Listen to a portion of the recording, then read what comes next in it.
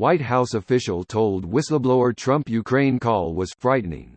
Here's a summary of the article. A White House official listening to President Donald Trump's July 25 phone call with Ukraine's president described the call as crazy and frightening and was visibly shaken, according to notes taken by the intelligence official who filed a formal whistleblower complaint after speaking with the official, and others. ABC News has learned that the two-page memo, written by the whistleblower a day after Trump's call, suggests that at least one aide to the president feared that Trump's own words in the call were damning. According to a rough transcript of the call released by the White House, Trump asked Ukraine's President Volodymyr Zelensky to launch an investigation into a political opponent, Democratic presidential candidate Joe Biden, and his son. The notes were based on a brief conversation between the whistleblower and the White House official and described highlights from the president's call. The president urged Zelensky to investigate the Bidens and stated that Giuliani would discuss this topic further with Zelensky during his trip to Kiev, the unnamed White House official told the first whistleblower, according to the notes. Importantly, the whistleblower also documented suspicions from the White House official that notes or transcripts from the call were being protected in an unusual manner. ABC News has reported that the White House changed its practice of storing phone call transcripts with foreign leaders to avoid leaked by keeping them in secure servers with restricted access. This post received a score of 18,489, with an upvote ratio of 88%.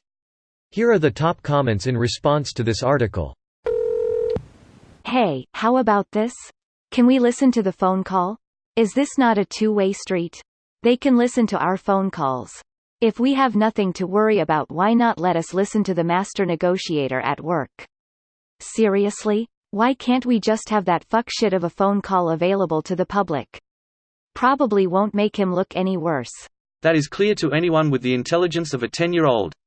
Their excuse was that they didn't want him to get asked hard questions because he can't handle it. They literally said he is a pussy, we are pussies, and we can't handle it. This is the Republican Party we are talking about here, all old white hard asses. Yeah, fucking right. This is honestly the truth of it all. They all talk a hard game, but when it comes time to show and prove, they are just fucking cowards. So either they are snowflakes, or there is some seriously incriminating content in the call. G. Aslight. OB struck less than heavy check mark. P. Reject less than heavy check mark. They already gaslit with the whole "the call was perfect." Pelosi said there's nothing to impeach with it. But what Pelosi said doesn't matter because she isn't even speaker anymore, according to Trump. Hypocrisy is a core tenet of republicanism. That doesn't sound totally legal and totally cool at all. It was a totally perfect call. If you consider felonies perfect. What is a perfect conversation anyway? Trump committing treason, apparently.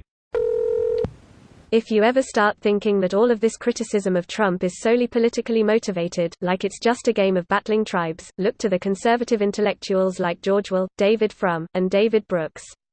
These guys are Republicans to the core, and they recognize that what Trump is doing is bad for America, unethical, and illegal. They're never Trumpers and can't be trusted. Seriously though, if you have been around for over 4 decades, or are dialed into American politics and how it works, you will know that over the last 40 years never have so many from the same party been so critical of their own members on a consistent and vociferous basis. In addition to Will, Frum, and Brooks, there are literally dozens of other GOP conservatives that have been highly critical of Trump and his policies. Like Nicole Wallace, are hosting shows on non-Fox networks.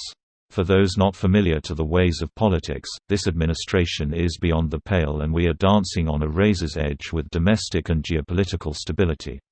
Has relied on overt and subliminal racism to secure votes for decades. Consistently villainizes the working class, experts, and non-Christian, non-white others. Impeached a sitting president for literally nothing.